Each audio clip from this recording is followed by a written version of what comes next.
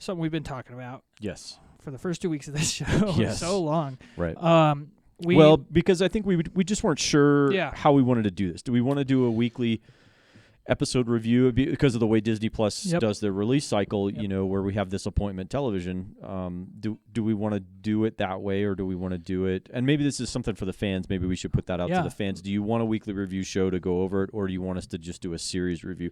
We kind of made the executive decision that we were going to, because it's our podcast and we can do whatever the heck we want. Yeah, screw fans. And there's only 12 of you listening anyhow. So we decided that we wanted to do a series review, and 11 of them are your mom, right? 11 of those listens are your number mom. one fan. Right, she is.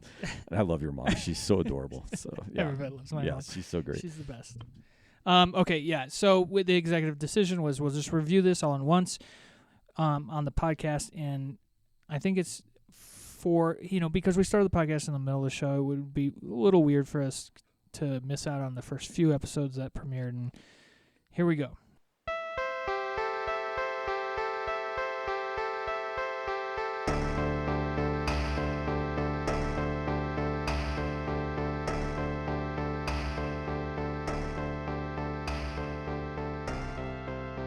Hello and welcome back to the Nerd Rundown podcast, where we cover the latest in the nerd world of movies, TV, comics, games, and more. We appreciate you joining us today, and if you want to follow us on social media, you can find us on Twitter at The Nerd Rundown. Find us on YouTube at The Nerd Rundown. And then you can also listen to our podcast on places like Spotify, Google, Apple, Player FM, Amazon Music, Deezer, and Buzzsprout. The Falcon and the Winter Soldier. Leading up to the show, I was very excited to see where they were going to take it. To give a little bit of background on the show, if you've seen Captain America Civil War, you've seen a little 10-second scene where Sharon Carter steals Cap's shield and Falcon's wings from the government to give them back to Cap so that they can go fight the super soldiers in Siberia. Right. Of course, that then leads itself to the big airport battle against Team Iron Man. Right. Anyway, while they're talking, Sharon and Steve and kissing, in the car is Sam Wilson and Bucky Barnes. Bucky's in the back seat. Sam's in the front seat. Right. And deadpan, the most deadpan scene ever, Bucky says, "Can you move your seat up?" And Sam Wilson says, "No," without even flinching. Right. And from that scene was born this show, because you could tell that they had a certain amount of chemistry, and then you could see it even in the airport battle. Sam gets Red Wing to take Spider-Man out the window, and Bucky goes, "You couldn't have done that earlier." Right. It's just like, we want to see more of that. Yes. And so this show was born at the end of Avengers Endgame. Steve Rogers goes back in time to return the stones, the Infinity Stones. Yep. And he lives his life out in an alternate reality, and I heard an amazing rumor / theory about what that could be, and I'll talk about that later, because that would be amazing. Okay. But it is Steve comes back to the present time, hands the shield off to Sam, breaking continuity from the comics. Okay. Because in the comics, Steve dies in Civil War. Sharon Carter actually shoots him. She was brainwashed and shot him with a time bullet where they think he dies, but he actually is lost in time, and it's comic stuff, Sure. And when he dies and everybody is like, who's going to be Captain America now? They go through a series of, it could be Hawkeye, it could be this guy, it could be this guy. And they ultimately land on Bucky, the Winter Soldier. Okay. And it was awesome. Ed Brubaker, his run of the Winter Soldier is my favorite all-time run in comics. More than who was closer to Steve Rogers? No. Well, and so it worked itself out to where Bucky was on a redemption path, and he became Cap, and he had an amazing Cap suit. Eventually, it came out that he was a Hydra assassin for 100 years, and he was compromised, and he had to give up the shield. And later on, it did go to Sam in the comics, and he became Captain America, which was great. So in the in game, him giving it off to Sam broke that continuity. And honestly, because I'm such a big fan of the Winter Soldier, I was like, what the heck? But I also understood why they had to do it, because in real life, not in comic life, an assassin for 100 years just can't be Captain America. Yeah, the optics on that one are... bad optics. Yep. So what this show does is it shows the story of Sam becoming Captain America and why he should be Captain America. Right. And that he can be Captain America. Well, and why Steve Rogers saw him as Captain America, because he says, and the two of them work together, in the Winter Soldier, Captain America and the Winter Soldier movie, that opening sequence where he's jogging along on the Lincoln Memorial, and then he does the on the left stuff, and then they had like this great chemistry right from the get-go. I want to say this real quick. Yeah. We should have put this at the beginning. Spoiler warning. Yeah. If you have not watched the full season, we're going to get heavy into spoilers. Right. For this, for sure. Season. Okay. For sure. Yes. So the scene where the two of them meet, Captain America, Chris Evans, Captain America, they meet for the first time, and it's gonna be interesting because I'm gonna have to start saying those things. I'm gonna have to start clarifying which Captain America I want to talk about, and I love that. Like I absolutely love that. I think that's really, really great. So I mean, you could really just Steve. Yeah, Steve Rogers. One and thing I guess this show does is it elevates the legacy of Steve. Right. Well, and going back to the original Captain America movie and seeing him when he's scrawny, pre-serum, when he's scrawny, but his character is still very much evident as to what type of person he is. And I think they do a good job of showing you that Sam embodies a lot of those same values and principles that Erskine, the scientist who created the super soldier serum way back before even World War II. Right.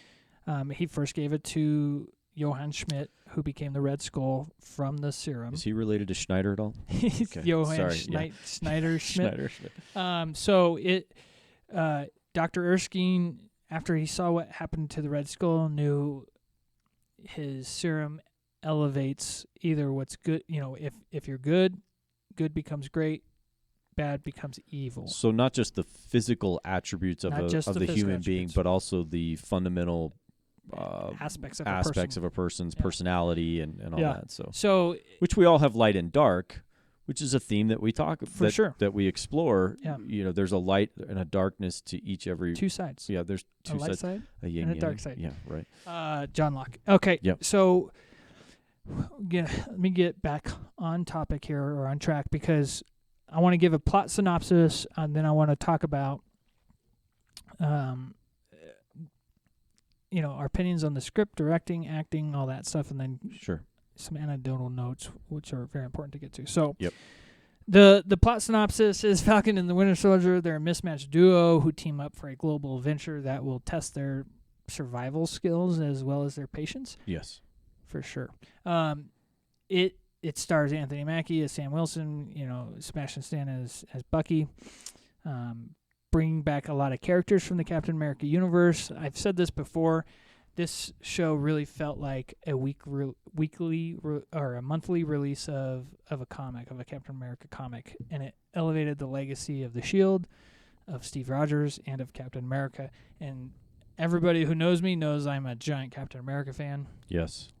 I watched this show, and I shed some tears early on in the first two episodes, seeing Sebastian Stan try to adjust to his new life out of being the Winter Soldier. Yeah. And having a hard time with that. And it's so relatable for me as a veteran, coming back from war multiple times and having that hard time adjusting. So being able to relate to that was super special.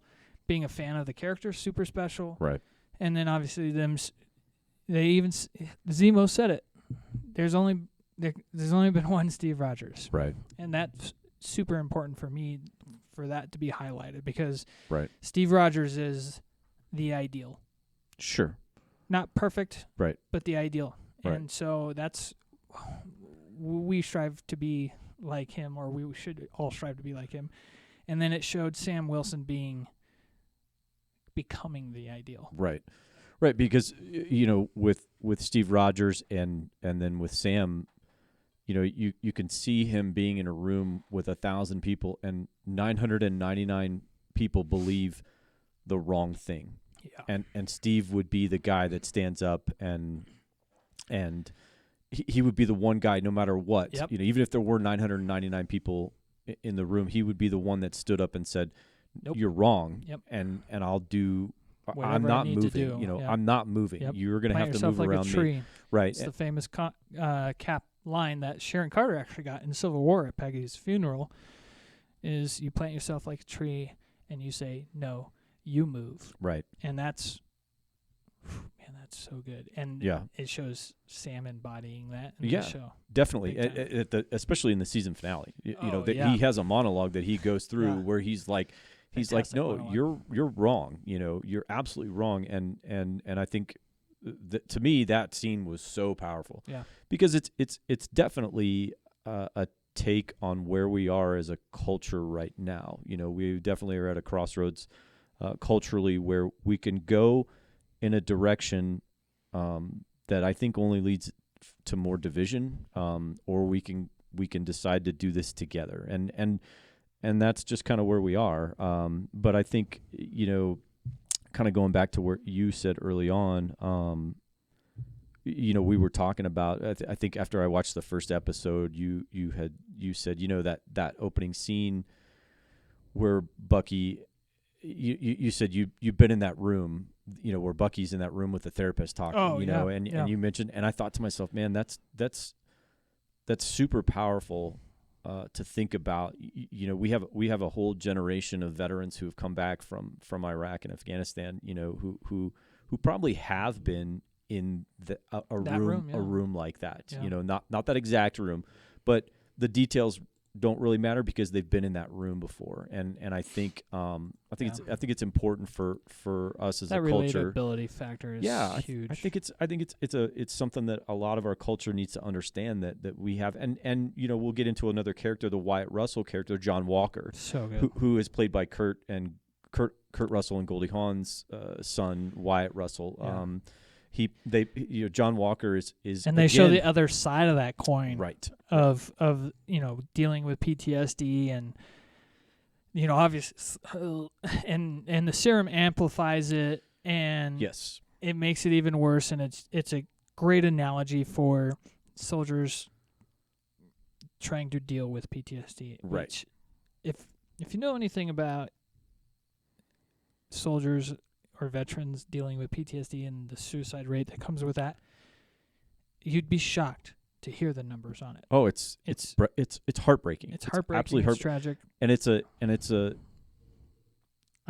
we don't have to get too deep into it. Sure. A lot of people that are listening to this are veterans that I know. Yeah. And we've all dealt with that in our own way, and we continue to deal with that. It's a lifetime thing. Right. And it's a tragic thing knowing that what the other side of that coin is, but this was a great analogy for it. Right.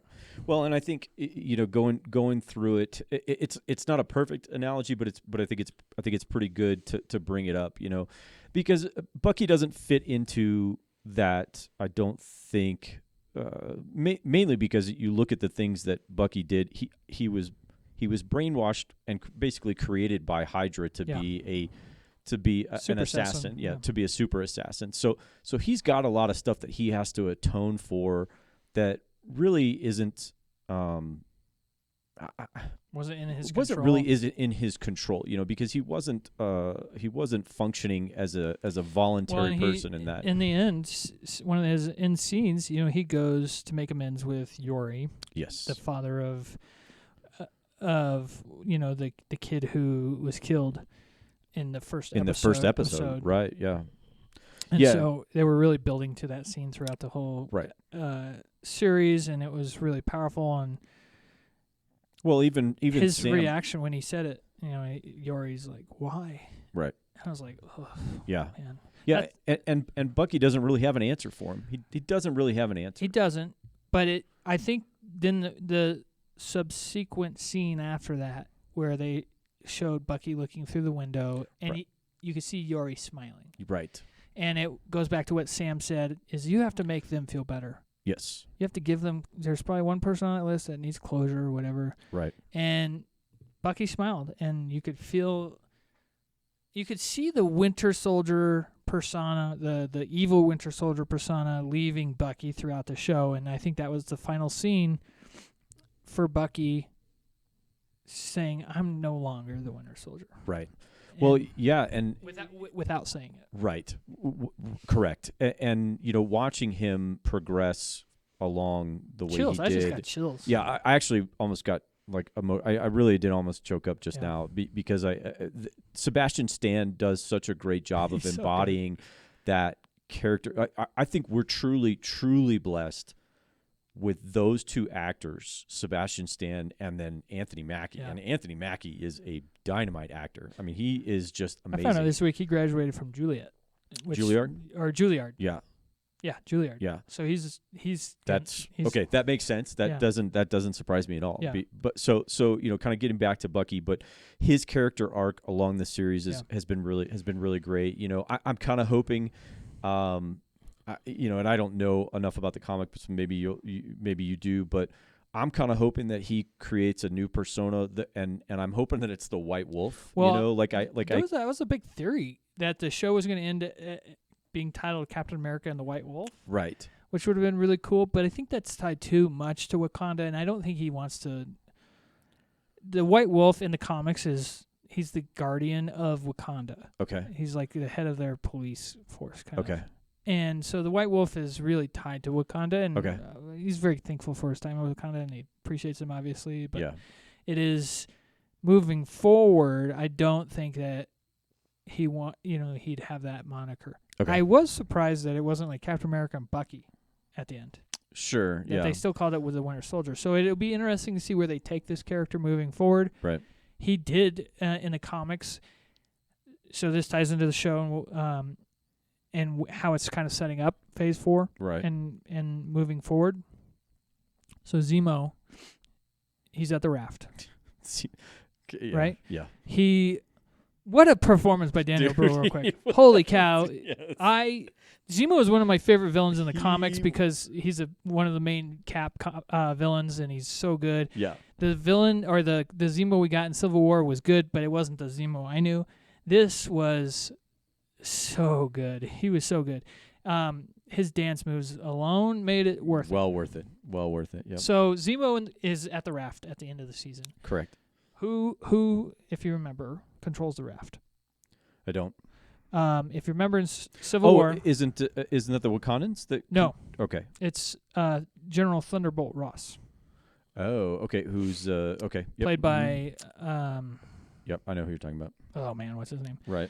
Look that up while I'm saying this. Yep. So General Thunderbolt Ross, who you may remember from the Incredible Hulk, right? Captain America: Civil War, Infinity War.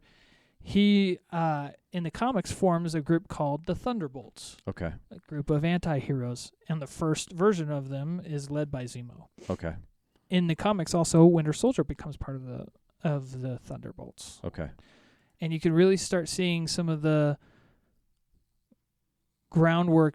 pieces of groundwork being laid for the Thunderbolts. Obviously, with Zemo at the raft and Thunderbolt Ross in charge of the raft. Right. He wasn't in the show, but I'm still going to assume that he's in charge of the raft.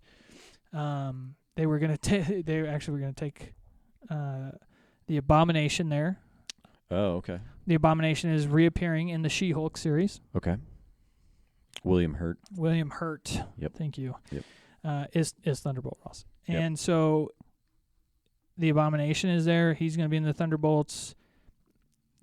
Maybe the leader, who was played by Tim Blake Nelson in The Incredible Hulk. He's the guy who had the serum drip on his head, and his head grows, and he's like super, super smart villain. He could be a part of the Thunderbolts, but the Thunderbolts are a very exciting team that could lead to the Dark Avengers. Okay. And Dark Avengers is missing a very big piece right now in in the way of Norman Osborn. Norman Osborn in the comics during the Dark Reign period created the Dark Avengers, where he had somebody kind of embody whomever might like a darker side of an Avenger. So, for example, they had X-23 be Wolverine. They had Norman Osborn had the Iron Patriot costume, so he was embodying Iron Man and Captain America. He eventually got John Walker to help lead that. John Walker also helps lead the Thunderbolts at some point. Okay. So they have some pieces in place already for that. Dark Avengers, also Sentry was the Thor piece. They had the Abomination be the Hulk piece. There was, I forget who the Hawkeye piece was, but Bullseye. I think it was Bullseye from Daredevil. Oh, okay. Was the Hawkeye guy. So it really cool. You're a fan of anti-heroes. You're a fan of like darker characters. Yeah. If they are moving towards that, it's going to be amazing. The Dark Avengers were a great storyline. Yeah. And then you put them up against the real Avengers, you got a heck of a show. So. Right. No, I think the Baron Zemo guy character was great, and they did a great job of I guess making him more human, because you only they get give like, more personality. Yeah, they definitely flesh out that character a little bit more, and I liked it. I saw it as a complaint online leading, after the first episode or two, that they're like, this isn't the Zemo we got in Civil War. People forget that in Civil War, he was singularly focused on destroying the Avengers.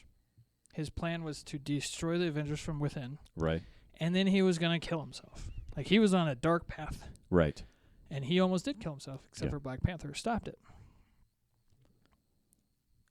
And they were like, there was complaints that, it didn't show that he was rich and blah, blah, blah, blah. And it's like, again, you think that some ex-military guy was just going to be able to set up this whole plan to disassemble the Avengers. Right. And he didn't have money? Right. Of course he had money. Right. You don't need to be told or shown everything. Like, don't force feed your audience. Right. And that's what they did or didn't do in Civil War, which was great. And then they allowed this show to expand on his character. Right. Well, it wasn't necessary in Civil War. I don't need to know. I don't need a backstory. I don't need a full backstory on that guy to understand what he's doing, because he's not the main character. Right. He's not the main villain even in that whole thing. He's a plot device in that one. He moves the real conflict between the main characters along. So yeah, I thought he was great. He provided his scene, I think, with the little girl, where he starts asking the little girl about some different stuff. He tries to get the information. Yep. Out of and being from that region, of course, he would know how to be able to not necessarily relate, but be able to speak to them and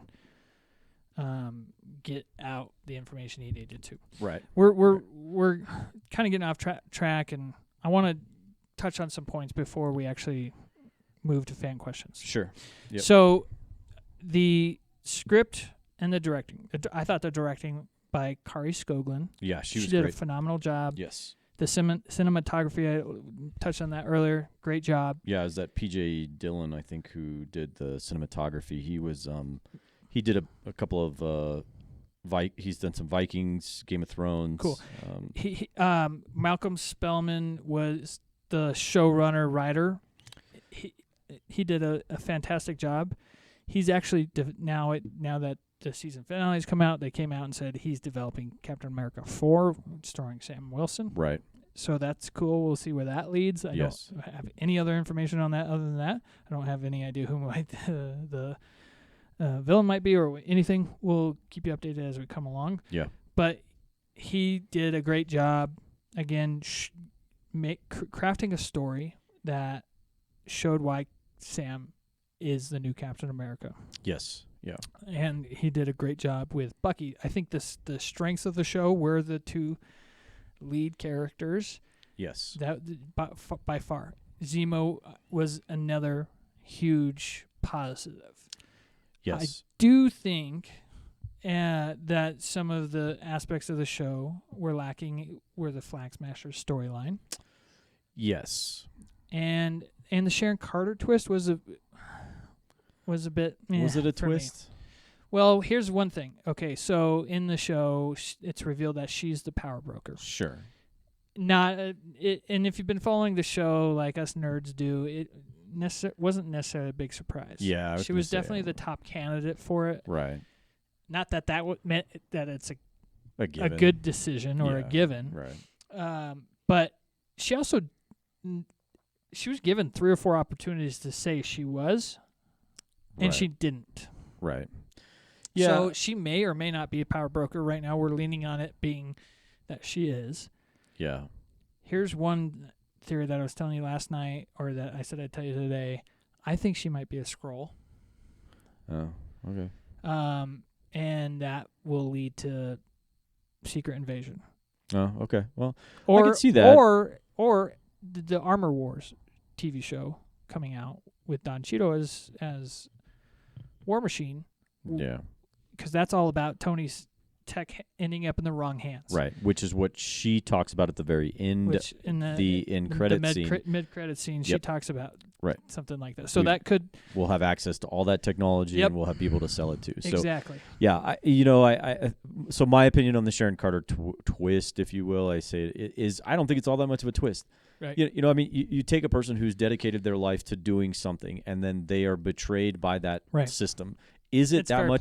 Is that very much of a stretch for them to become a bitter person and go in the other direction? Totes. No, it really isn't. So why would she not? I mean, they basically, she did the right thing and did what she thought was the right thing, and then she gets basically labeled an outlaw. And you see how different people deal with that. Right.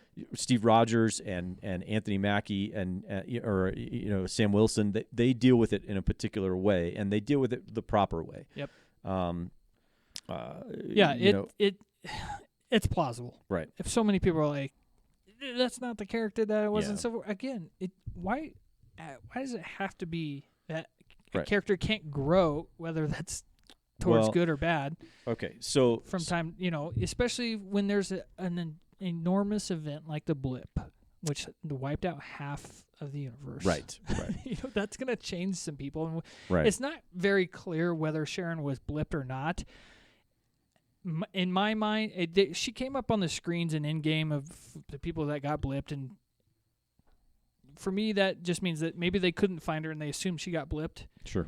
Because in my mind, I'm hoping that she didn't get blipped, because if she is a power broker, Civil War happens, and then 2 years later, Infinity War happens. Yeah. And then it's 6 months since everybody returned. So 2.5 years, I don't think she's going to be able to become the power broker, rise up through the ranks to become the power broker in 2.5 years. Yeah. Now, if she wasn't blipped, half the universe is gone. She has that 2 years, then 5 years, right, and then another 6 months. So that would give her enough time to really take over, and with maybe the power broker got blipped and she was able to easily take control. Who knows? Right. Maybe we'll find out more about that down the road. Yeah. So anyway, thoughts on the score, Henry Jackman? Dude, we talked a little bit about scores last week. Yep. So freaking good. He brought back some leitmotifs from Civil War and Winter Soldier throughout the entire series, and a good score can make or break. It can make a TV show so much better, or a movie so much better. And yes, Henry Jackman nailed it. Right, knocked it out of the park. Yes, yeah, agreed. I mean, the scene and Sam's theme. Sam's theme was really great. So good. I mean, the part where in the finale there where you get the reveal of the new Captain America. Yeah. Which you want to talk about this, because I mean, this is where he throws the shield through that window, and then he comes in on rolls in, does a superhero landing. Yes, and then pops up, and he's like, oh yeah, yeah, and you're like, who are you? Oh man, Yeah, that was so cool. I went back and watched that. I went back and watched that like 2 or 3 times because I was like, oh my gosh, talk about an entrance, man. And I yelled out. I was like, that suit is so sick. Yes, it was amazing. And I loved how they so to one question, maybe we'll get to it at a later time. I don't think we'll have time today, but do you take the serum? I would. Okay. I would. Because my whole life has been about Captain America, pretty much. Sure. And wanting to be like Cap, and I understand that it's a real risk. I think I could do good with it. Okay. You? I don't know. It's a tough choice. Yeah, I don't think that I would. I really don't. I've been a scrawny kid my whole life. Yeah. Okay, and yeah. I've been an underdog my whole life. I've had to deal with being that scrawny Steve kid, which is one big reason why I love Captain America. Seeing scrawny Steve become Cap, right?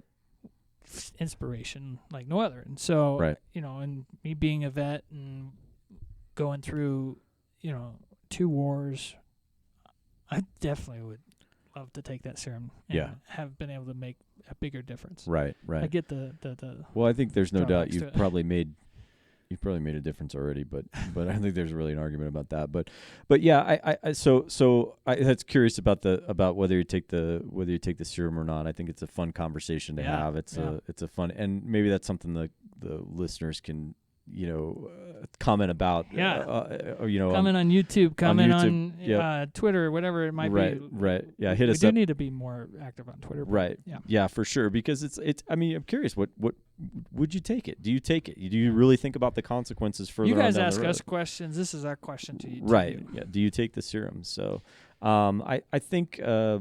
Watching Sam roll in on that and have that entrance, it's just amazing. The helicopter scene was cool too, man. The helicopter scene his wings deflected a whole helicopter, which obviously, again, which is. Well, I love that they integrated his Falcon wings into. Yeah, it's not just integrated, but I mean, it's like that whole suit.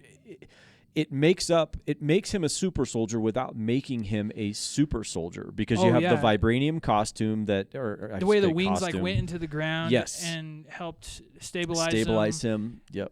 When he could hold up the truck because the jetpack was powerful. Right. That was so cool. Right.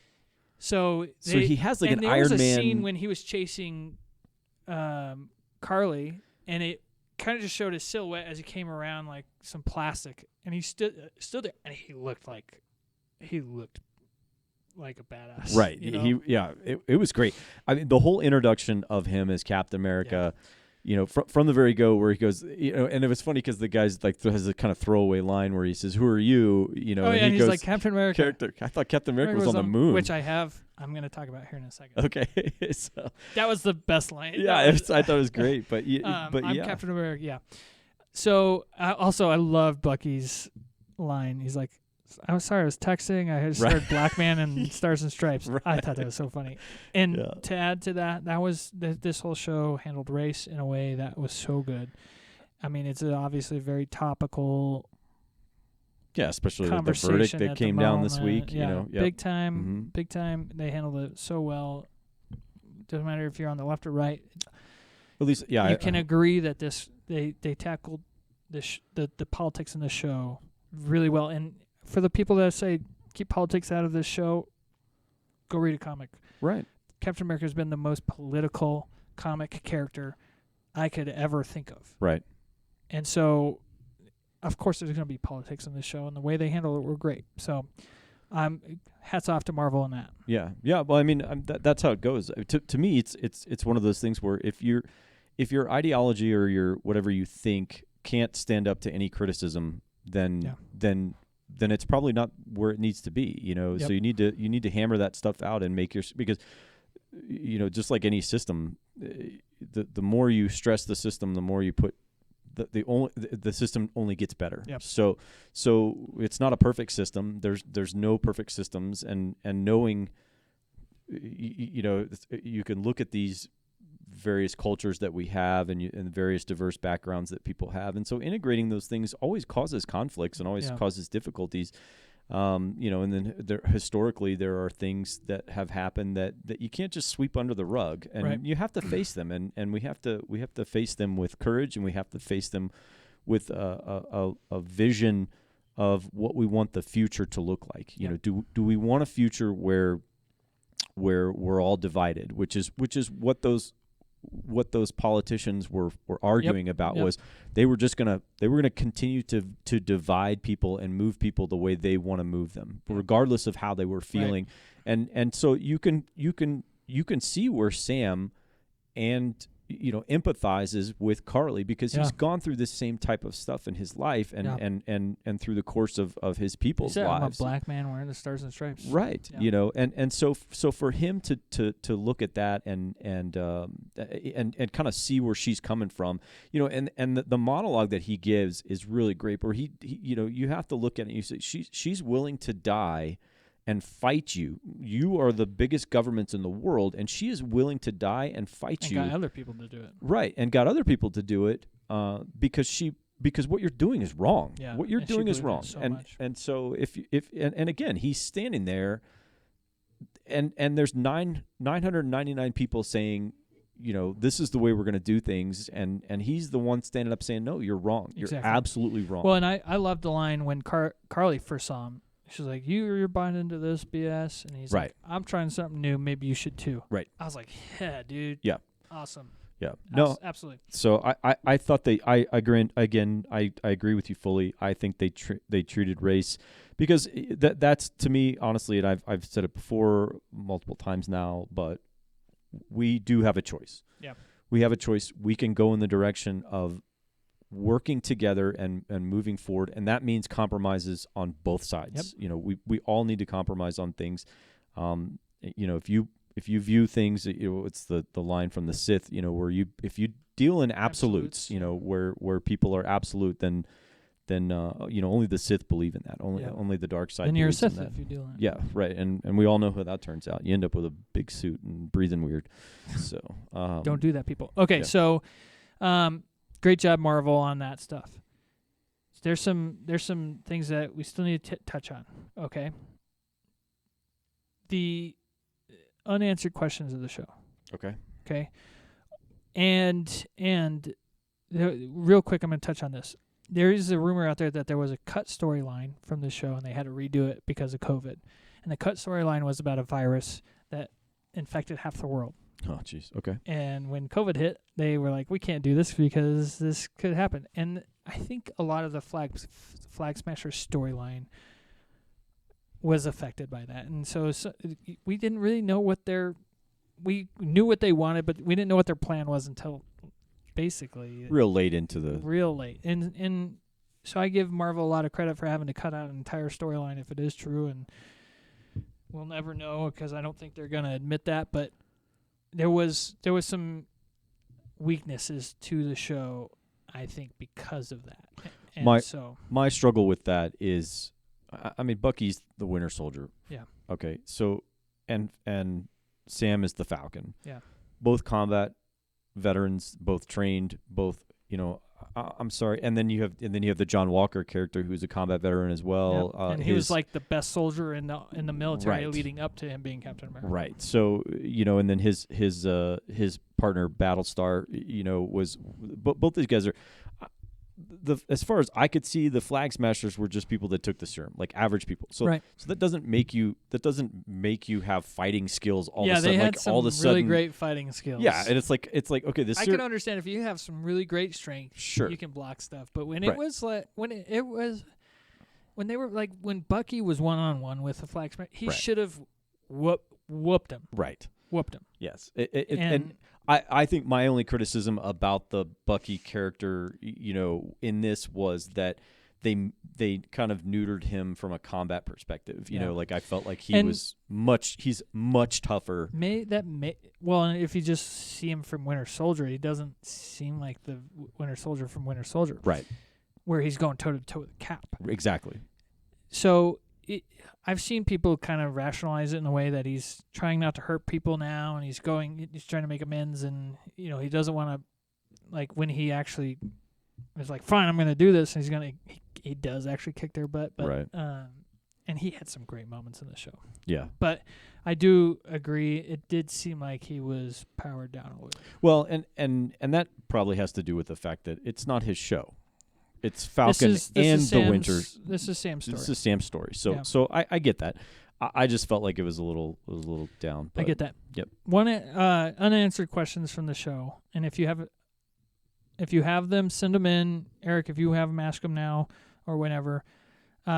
So one of the big things about this was, where is Steve?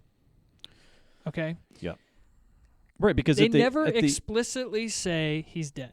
Right, because at the end of it, here's what evidence we have so far. Okay. So in game, he passes off the shield. We don't really know. He's just an old dude. If he goes to the retirement home after this or what. Far From Home, Spider-Man 2, Far From Home. He was in the death. What was the Oscar death video? What's it called? The moratorium video. Oh, okay. the in memoriam. The in memoriam. Yep. He was shown in the in memoriam. So at that point, when we're watching Spider-Man 2, a couple months later, we think, okay, Cap's dead. Now, go to this show. In the one of the very first scenes, Joaquin's like, "Oh, I think I heard Captain America's on the moon." Right. Where is he? And Sam, he doesn't say it. Then he goes to the exhibit, and you have to really find some deep Easter eggs to see this. But in the exhibit, it says that he retired. He gave up the shield and retired. And it doesn't say where he went. And then throughout the show, they just say he's gone. They don't say he's dead. They don't say anything. Sure. And then they make the good joke there at the end. I thought Captain America was on the moon. I thought he was on the moon, yeah. I actually think that he's either A, on the moon at a moon base, or he's on Nick Fury's scroll ship. Okay. I'll tell you why. When Sam confronts Carly for the first time and they're talking, Sam says, "I know this guy who knows more about super soldiers than anyone on the planet." And at first when I heard him say this, I was like, oh, he's going to say something about Steve. And he said Zemo. Right. And then I didn't think about it, and then watching it again, I heard him say it, and he's like, anybody on the planet. And he kind of said it like that. Like, he emphasized planet. Right. I'm like, well, maybe Steve should be the guy who knows more about super soldiers than anybody. Sure. But he's not on the planet. Right. So the fact that they never say he's dead, they never say where he retired to. They didn't say he went back to his old timeline. Right. Where he lived out his life. And so maybe he is on that scroll ship. I think it'd be cool. That's interesting. Yeah. Yeah, I think it's definitely an open question. They definitely leave it. I thought we were going to get an answer last time. We didn't, so it'll be interesting to see how they address that in future projects. Of course, Chris Evans was rumored to be signing on for 2 more Captain America projects. This came out back in January. He denied it on social media, but that doesn't mean anything. Tatiana Maslany denied her involvement in the She-Hulk series, and then it came out that she was She-Hulk. So it's what they have to do when that kind of stuff comes out. Operational security. Yeah. So unanswered question for me, and I guess this is one that we kind of go towards in the future, but who is agent, U.S. agent? Yeah. So where's Wyatt Russell go? I would really like to talk more about Wyatt Russell, John Walker's. He did a phenomenal job. He was really great. He was really. I felt bad for him. He had little tics.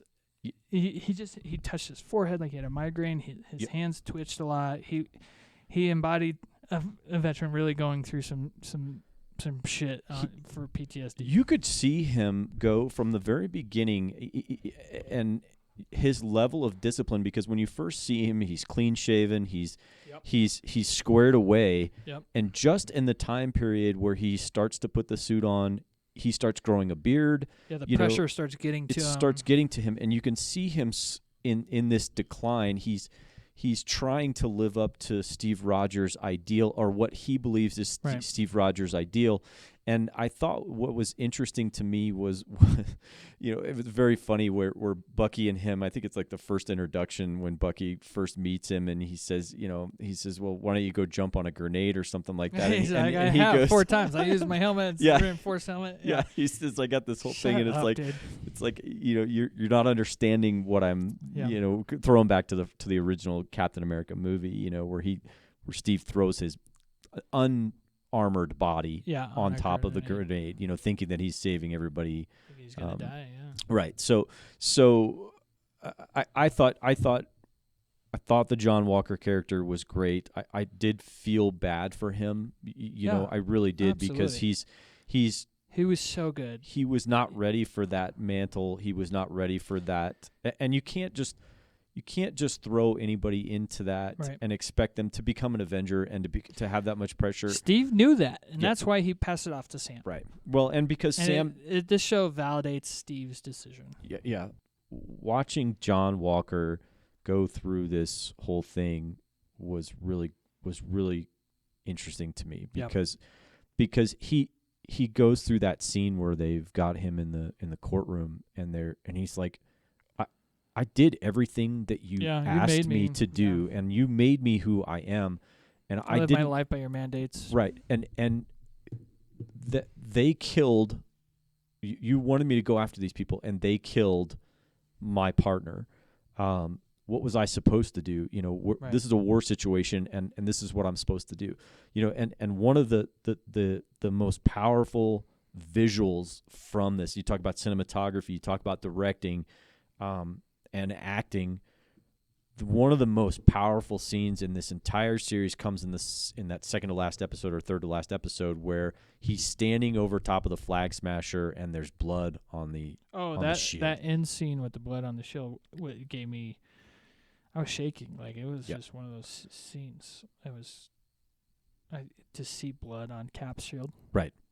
I can't. It's hard to fathom still. Right. Unbelievable. Yeah, I mean, so they had to take that character to a really dark place, so that Sam can see it can only be him. I mean, it's maybe the most iconic moment from the show. Because it really wakes Sam up from his apathy and his reluctance to take the mantle on. One other thing that I want to make sure we comment on is Carl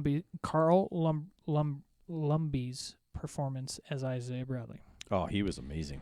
Every scene he was in, I couldn't blink. I couldn't do anything else other than just be entrenched in what he was doing as an actor, and it was phenomenal. Yes.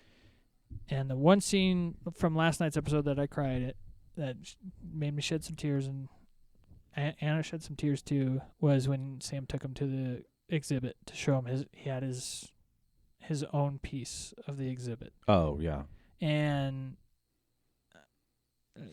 to see Isaiah and his grandson Eli, who will become the Patriot at some point and lead the Young Avengers, to see Isaiah realize that he will not be forgotten, that he will not be erased, that was powerful. Yeah.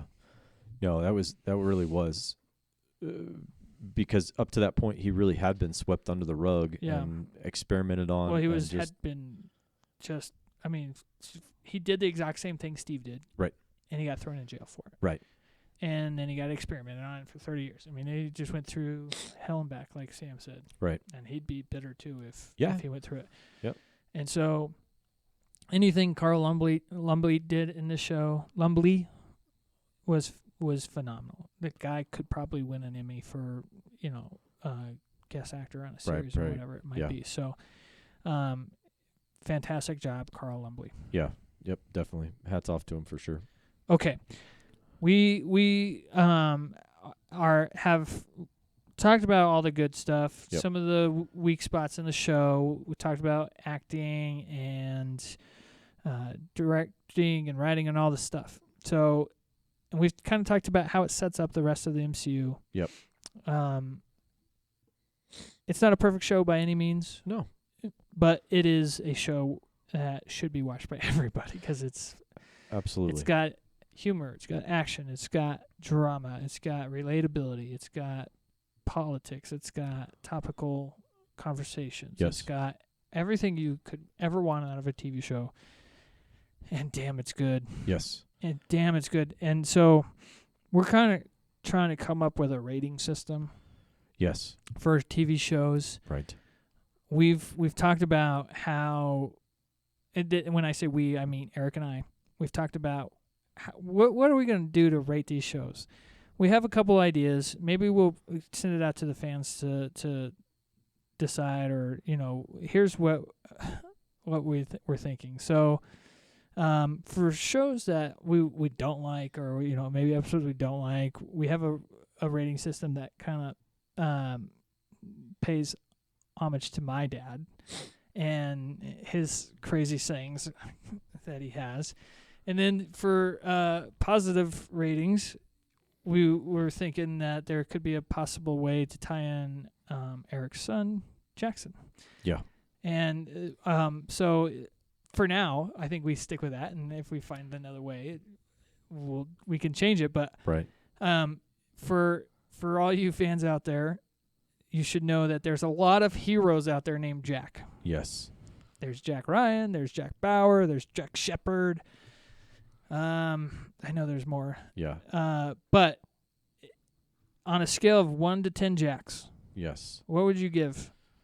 On a scale, what we need to do is say, okay, who's a bad Jack out there? Oh, there's also Jack from Speed. What was his name? Jack. Yeah. What was his name? Shoot, I can't remember. I know. We'll have to really nail this down. So on a scale, we'll do scale 1 to 5 Jack. And right now, maybe Jack Ryan be number 5. Sure. Yeah. Jack Frost being 1. Well, don't forget about Jack Burton from oh shoot, I just lost the name. Jack Burton. Gosh, it's Kurt Russell, Jack. Oh my God! Yeah, Little China. Big Trouble in Little China. Yeah. Big Trouble in Little China. Yep. Okay, so maybe Jack Byrne would be number 2. Yep. Number 3 could be Jack Shepard. Number 4, Jack Bauer. Yeah. Number 5, Jack Ryan. Yeah. So between 5 the Jacks and the Johns, it's where it is. Yeah. I would give it. I give it an 8.5, 9. I really do. That's more than the 5 Jack Ryan. Oh, right. I'm sorry. I thought we were doing 10 out of well, 10 Jacks. If for now we got to come up with the 10 Jacks. I give it a 4.5 Jacks. I really do, because I like it. There's always room for improvement, so it's hard to give anything a 5. So I think there are still some questions out there, but acting wise, cinematography, scores, everything. We can do 10, because here we go. We have Jack Torrance. Okay. The Shining. Yep. Jack Dawson. Do you know who that is? Jack Dawson. No. King of the World. Oh. Titanic. God. Jack Traven. Okay, Jack Traven is Speed. Yep. Captain Jack Sparrow. Yep. Jack Shepard. Okay. Jack Pearson from This Is Us. Okay. And then Jack McFarland. Jack McFarland. Do you know who that is? Which one's that one from? Will and Grace. Just Jack. Just Jack. Okay. And we'll nail this down. Yeah, Jack moving Reacher. forward. But if you say we'll come up with it, but 8 out of 10 is good. Yeah, I like it. I think that's a solid rating. Me, I have a little bit of bias just built in for my Captain America bias, and it's hard for me to not give it something lower than a 9. I'm going to say it's a 9 out of 10. Yeah. That being said, I know this show could be better. Right. Yeah. Yeah. Yeah. Okay. Yeah. I think it's a fair rating. Cool. I really do. Well, thank you for letting us review that. I know we took a long time in there, but it was important to get through that show, and we had a whole season to review. So right. I'm, Captain America's just life for me. So any Captain America content I'm all about. Eric, final thought? Yeah, no, I love the series. I thought it was great. I think after going through this review, I think maybe if we're going to do a weekly show, if we're going to do a series like that, I think we definitely should do on a weekly because there's a lot to unpack over a full season. For sure. And I think after going through this exercise, I think we may have our answers to how we want to do it, but from a fan's perspective, it may be a little bit different. But I feel like there was a lot that we still skipped over, even though it took a little while. We still skipped over a lot of stuff. There's so much there. We could probably do a second review of it. Yeah, we really could. Kind of deep dive. So I think I want to come back and revisit Wanda. Yeah. Because we haven't talked about Wanda. Very good point. And Wanda is still relevant. It's still still very fresh out there. So, and I would, I would argue that it's really good. I mean, it's really good. So good. And so I think we should maybe bring that one up. I'll even say this: Marvel nominated or put it up for best miniseries. Yeah. I wouldn't. And it could win. Yep. And they gave up Falcon and Winter Soldier to best drama. Okay. So Falcon could win best drama, and WandaVision could easily win best miniseries. That'd be great. Yeah. I Wanda's great. I really want to dive into Wanda because first 8 episodes are just mind-blowingly good. Yep. And you're talking about an emotional roller coaster. That there's a lot of emotions in that movie. Stop talking about me. Series. I'm sorry. not an emotional roller coaster. Well, most of the time. Well, okay. As long as you're on your medication, that's fine. So as long as I'm on my medication. As long as you get your serum. There you go. We're good. Yeah. So that like I think that's where we want to go in the future. But really great review. Yep. I loved it. I'll be watching it. It's going to be on the background as much as I possibly can have it in the background while I clean and do dishes and all that stuff. And looking forward to the next series, which is Loki. That's the next Marvel show, and we will be covering that on a week-to-week basis now that we know that's better. Yeah, for sure. I'm looking forward to it. So Cool. Okay. Well, great job, Marvel, on the Falcon. Excuse me. Great job, Marvel, on Captain America and the Winter Soldier. Bye. Bye.